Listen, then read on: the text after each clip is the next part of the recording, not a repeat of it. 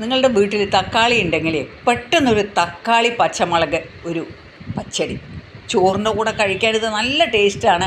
അപ്പോൾ ഞാൻ അതിന് വേണ്ടിയിട്ട് ഒരു പാൻ വെച്ചിട്ടുണ്ട്. അതിലേക്ക് 2 സ്പൂൺ എണ്ണ ഒഴിച്ചു. വെളിച്ചെണ്ണ ഒഴിച്ചത് എന്ത് എണ്ണ വേണമെങ്കിൽ ഒഴിക്കാം. എന്നിട്ട് ഒരു സ്പൂൺ ജീരകം ഇട്ടു. ആ ജീരകം ഒന്ന് പൊട്ടി വരുമ്പോൾ നല്ല പഴുത്ത തക്കാളി അതിലേക്ക് ഇടുക. ഒരു 2 എണ്ണം ഇട്ടു. എന്നിട്ട് 2 പച്ചമുളക് എരിവനുസരിച്ച് ഇടുക. ഇത് പച്ചമുളക് ഇട്ട ശേഷം നന്നായിട്ടൊന്ന് വഴറ്റിയ ശേഷം ഒരു പിടി മല്ലിയില ഇടുക.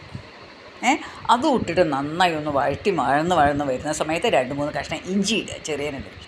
എന്നിട്ട് എല്ലാം കൂടി നന്നായി ഒന്ന് വഴറ്റിയിട്ട് അവിടെ വെച്ച ശേഷം ഒരു മിക്സിക്കകത്ത് കുറച്ച് നിലക്കടലയിടുക, വറുത്ത നിലക്കടലയിടുക, 2-3 അണ്ടിപ്പരിപ്പ് ഇടുക. എന്നിട്ട് അതിനെ ഒന്ന് തിരിക്കുക. അത് പൊടിച്ച ശേഷം അതിലേക്ക് ഈ വഴറ്റി വെച്ച തക്കാളി എല്ലാം ഇട്ടിട്ട് പിന്നെ അതിൻ്റെ കൂടെ ഉപ്പും ചേർത്തിട്ട് നന്നായിട്ടൊന്ന് അരയ്ക്കുക.